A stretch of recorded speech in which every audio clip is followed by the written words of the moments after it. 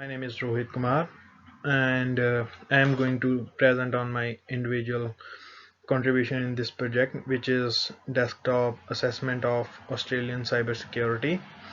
Our project client we working for is Iqbal Gondal, and our supervisor is Dr. Taiwo Sani, and my team members are Raghav Sandera, who is our Scrum Master, and other two members Nedeep Kaur and Namneet Kaur.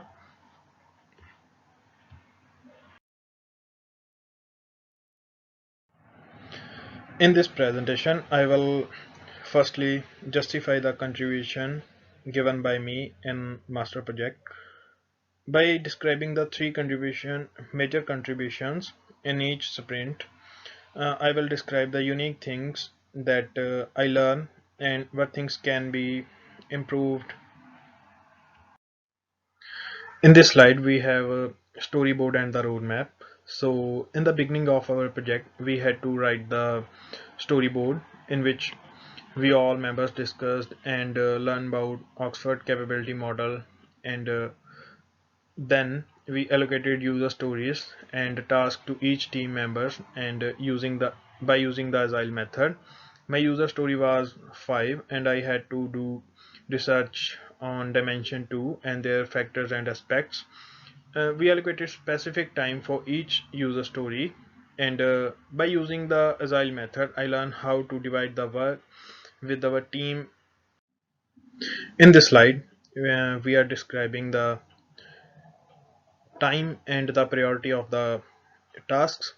In the first task, like understanding the concept of Oxford capability maturity model, that task is on high priority, and we started on the 19th of April, and the end date of this is 30th of April. We all team member are working together on this one, and another one we are dividing, like creating timeline of the project is for the Raghav, and others for the Sneh, and understanding various factors of second dimension, which I am covering. In this slide, I'm talking about my individual work for sprint 1. We started working on user stories, and we had total 12 user stories, and I was working on the user story 5, and we divided these user stories by using the agile method. Here's the diagram that shows the overall representation of sprint 1. In dimension 2, here you guys can see the two factors. First one is cybersecurity mindset, and second one is trust and confidence on the internet, and both stages are mentioned for the both sectors, formative and strategic. This picture here shows the proof of sprint 1, which has some factors of dimension 2. In this in this proof in this proof we are discussing about the seriousness of the cyber crimes, and people, they need to aware about the cyber threats and crime, and they need to inform about the cyber threats, and share the information what they are facing in their daily life about these kind of threats. Here is the swim lane diagram for the sprint 1. This shows the priority and workflow.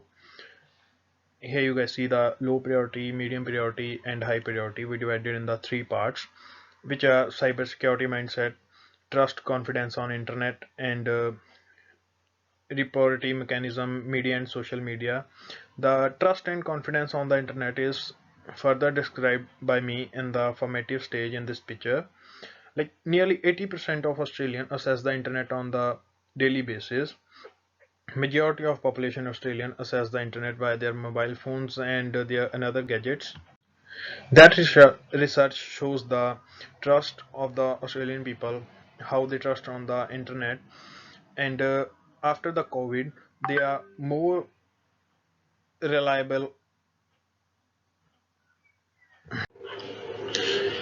Here in this slide, uh, I had attached a swimlane diagram for sprint 1. This shows the priority of the work, how we can divide the work in the different categories from low to high priority. There are few factors of dimension 2. which are cybersecurity mindset, trust and confidence on the internet, user understanding of personal information, protection online, and report mechanism. Uh, the trust and confidence on the internet is further described by me in this formative stage in this picture. Like nearly in Australia, 80% of Australians access the internet on the daily basis, according to the 2018 data. Majority of population in Australia access the internet via their mobile phones and their different gadgets like desktop, tablets, and so on. It seems the trust of the Australian people on the internet, and it seems to be quite common that large number of users which accessing internet on the daily basis a nearly blind trust on what they see or receive online. Most of the users they are not aware about the threats and risks on the internet which they are saw on the internet on the daily basis. So most of the people who is old people and the teenagers which are the under 18, they are getting affected by these cyber crimes because they are not much aware about the serious risks on the internet. That swimlane diagram is represent the sprint 2, in which I explain the protection of personal information online and the reporting mechanism for the users to report any type of cyber crime in the government websites, which I can explain in the next slide. Factors for sprint 2 are personal protection online and reporting mechanism. Any type of personal information collected online by agency or organizations should be presented by a notice in which they should explain the reason of collecting information. Like there are many reporting mechanisms such as report crime, scam, uh, ID care that have been established by Australian government. In the agencies which are collecting the data, they need to tell them why they are getting their personal information for the, and this is the swim limit diagram for the sprint 3, which has media and social media factors on the highest priority. The least priority was given to analyzing various country assessment by capability model. Here is the further explanation of the social media and media factors. This explains how media is helpful to spread awareness among the people on social media. People can report and share the experience. We also have government websites which are regularly updated to provide information about the cybersecurity threats. After completion all of the sprints and the report, and I completely my part in this master project. I have learned a lot of many things, and I have improved my skills. Like I had learned how to work in the team and how to coordinate them, how to separate the work and all things, and most of the important things which I learned in this task, which is time management. We had a lot of things to do in this project, but if we are manage the time properly, do the tasks and on the time, on that time I had learned the how to manage, and also I learned how to apply agile method and learn its importance, how it can easily work for and divide the work. I was able to recognize weakness and self evaluation myself. Here are a few things that I liked and disliked in this whole time period for the project. I like the supervision provided by the our supervisor, which is really good.